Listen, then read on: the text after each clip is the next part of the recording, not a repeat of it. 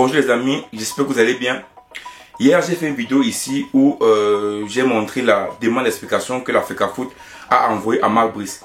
Mais toujours hier là, j'ai constaté que Marc Brice avait déjà répondu au secrétaire général de l'Africa Foot. Je vais donc mettre cette réponse de Marc Brice soit ici pour que vous voyez clairement la réponse de Marc Brice à la demande d'explication.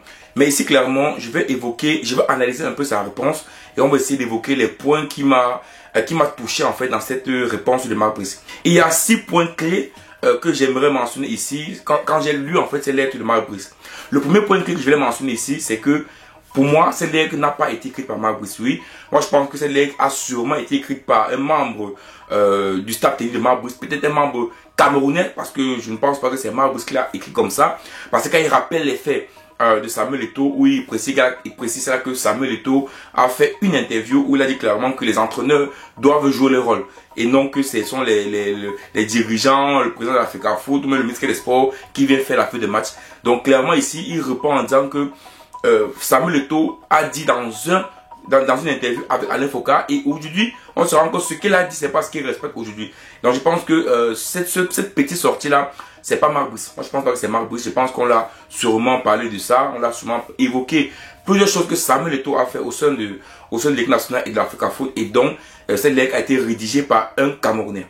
De deux, Marc Brice dit qu'il n'est pas un béni oui. Pour lui, clairement, il dit que Alain Foucault, Samuel Eto'o, lors de l'interview d'Alain Foucault, avait dit que les entraîneurs ne doivent pas être des bénis oui.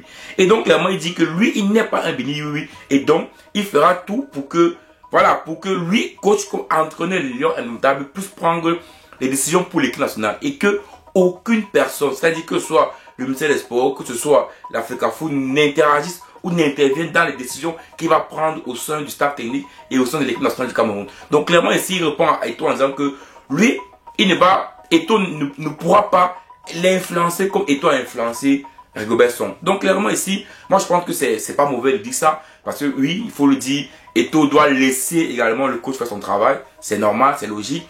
Il n'a pas à se mélanger, à se mêler en fait de ce que le coach fait. Au contraire, il doit demander des résultats au coach. Si le coach n'a pas les résultats satisfaisants, il n'a qu'à le virer après. Donc moi je pense ici que c'est clair. Moi je pense que cette sortie, ce deuxième point en fait, ce deuxième élément pour moi n'est pas si catastrophique que ça. Le troisième élément qui m'a marqué dans la lettre de Marc Brice, c'est il a parlé de la frustration. Donc pour lui, il dit que depuis qu'il est arrivé au Cameroun, il ne ressent que de la frustration venant du camp de l'Africa Foot. Donc pour lui c'est quoi? C'est que le camp de Mincep, là-bas il est bien traité, mais le camp de l'Africa Foot, il est frustré. Il dit qu'on a mal accueilli, que Samuel Eto'o n'a pas salué, qu'il a été frustré dès le départ, on ne voulait pas, que même quand il venait à l'Africa Foot, il a l'impression qu'Eto'o le regardait mal. Donc pour lui, il dit qu'il a subi une frustration également, avec le ton également. Pour lui, tout ce qui est ton, la manière dont on le parle, la manière dont l'Africa Foot le parle, dans Samuel Eto'o, ça a été d'un ton dur, d'un ton, voilà, pas d'amour. Donc, pour lui, il a toujours eu une frustration du côté de Samuel. Donc, en fait, il dit clairement que peut-être il a essayé de s'ouvrir au camp de l'Africa Foot, Samuel Eto'o, mais il a toujours eu un rejet. Donc, pour lui, clairement, ce rejet de l'Africa Foot, ce rejet qu'il a l'impression de subir, parce qu'en fait, il n'est plus du côté de Samuel Eto'o.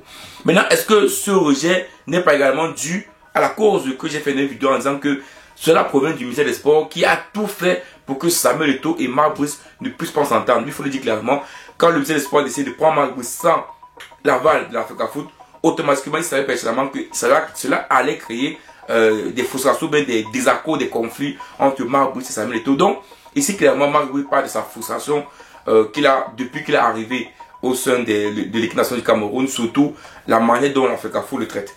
Également, le quatrième point qui m'a marqué dans cette réponse de Marc Brice, il a parlé de Benoît Arguin, il a parlé du Dr Fotso. Pour lui, clairement, il dit que les membres de staff technique de Samuel Eto'o, Angwa en Angola, Angwa, même pas seulement en Angola, Angwa au Cameroun et en Angola, et également Dr Fotso en Angola, l'ont frustré. Donc pour lui, clairement, ils l'ont même agressé. Donc je pense que pour lui, cette agression n'est pas normale. Donc il dit clairement dans ses lettres que cette agression de Angwa et du Dr Fosso ne le met pas dans les, voilà, dans des bonnes conditions pour travailler avec Samuel Eto'o. Mais il faut le dire clairement ici là que comment est-ce que lui réagit également. Marc Brice, il donne ses frustrations, il donne qu'il a été agressé, mais lui également, il ne parle pas comment est-ce que lui, il a traité le staff technique de l'Africa Foot. C'est-à-dire le staff technique que l'Africa Foot légalement doit nommer. Lui également, comment il a traité. Donc je pense qu'à un moment donné, il ne faut pas qu'il se plaise de l'agression qu'il a eue, parce que Tout ça provient de quoi? Tout ça provient des guéguerres qu'il y a eu depuis le départ. C'est normal. N'attends pas que Bernard Ango ou que Dr Fosso a beaucoup d'amour pour toi. C'est pas possible. C'est même quasiment impossible. La manière dont d'abord j'ai vu comment Ango a été traité à l'hôtel Hinton avec Banlok, c'est normal qu'à un moment donné, ils ne peuvent pas porter à cœur Marc Brice. Donc pour moi également, je pense que ici Marc Brice veut jouer la victime, mais je pense qu'il n'est pas la victime. Je pense qu'il a participé à tout ce qui se passe là, entre tous les... Voilà, il se plaint de l'agression qu'il a eu, mais je pense qu'il fait partie prenante en fait de ce désaccord, de ce conflit qu'il est au sein des Lions Indomptables du Cameroun. Le cinquième élément dans la réponse de Marc Brice à la FECAFOOT, c'est qu'il a parlé de Abaka Vincent. Pour lui, clairement, il dit cela que les joueurs se sentent menacés. Envoyer une lettre comme ça au club, aux joueurs, c'est un peu frustrer les joueurs. C'est un peu fait peur aux joueurs.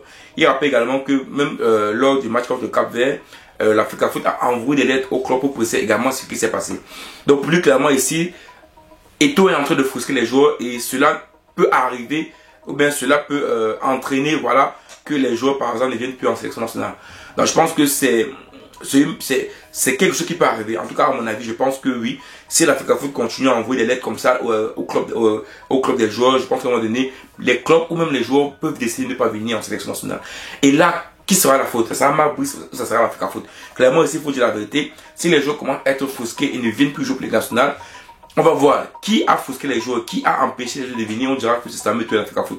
Donc moi, je pense que Samuel Eto'o n'a pas intérêt également à menacer les joueurs. Non, il peut les rappeler les règles, il peut essayer de leur faire comprendre que c'est la FECAFOOT qui doit gérer le transport, gérer en fait tous les stages, sans toutefois essayer de mettre la pression sur les clubs. Oui, parce que à un moment donné, les clubs pourront refuser, même les clubs pourront dire, comme c'est comme ça, les joueurs ne viendront pas, et ça, cela peut arranger également les joueurs.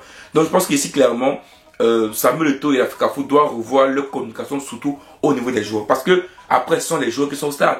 Oui, on peut avoir une bagarre sur le plan interactif, c'est-à-dire une bagarre entre Samuel Eto'o et Marc Brice au-dessus, mais comme au niveau des joueurs, au moins, que là, au moins, qu'il n'y a pas de conflit, que les joueurs puissent venir dans la sérénité et porter le maillot camerounais avec beaucoup d'amour. Donc, je pense qu'ici, clairement, moi, je pense que Marc Brice a totalement raison quand il parle que il faut que Samuel Eto'o et la FECAFOOT évitent de frustrer les joueurs.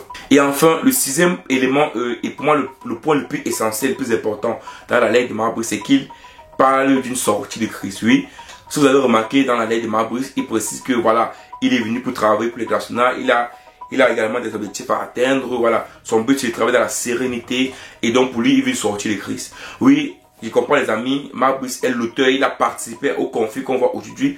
Mais si Marc Brice tend la main et qu'il veut sortir de crise, tout en espérant que c'est honnête, oui, tout en espérant que c'est honnête, j'espère vraiment que la FECAFOOT et Samuel Eto'o vont l'écouter, vont le tendre la main et vont essayer de vraiment arranger les choses. Oui, parce qu'il faut le dire clairement ici, à un moment donné, il faut trouver des solutions.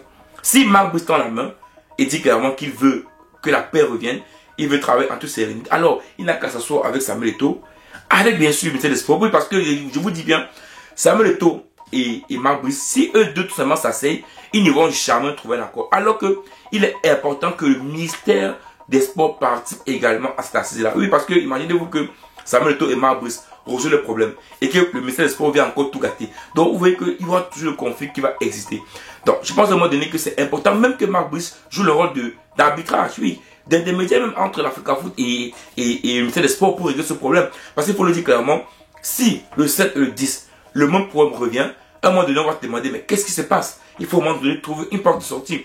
Donc, Marc Brice a tendu la main et il espère, voilà, avoir une porte de sortie. Donc, moi, clairement, voilà les 6 points clés de la lettre de Marc Brice. Je pense qu'il n'a pas répondu à la demande d'explication de Samuel Eto'o. Oui, clairement, il parle de beaucoup de choses, mais il ne répond pas à la demande d'explication. Samuel Eto'o a posé une question sur l'interview. Il a parlé de tout sur l'interview. Donc, clairement, ici, est-ce que cette demande d'explication va être prise en compte par Samuel Eto'o et la FECAFOOT, ou bien pour eux, non?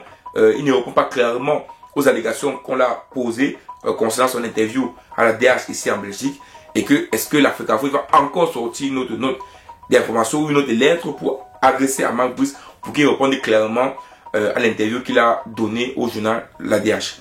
Donc même en commentaire ce que tu penses de ça, et on se voit rapidement pour une prochaine vidéo. Ciao.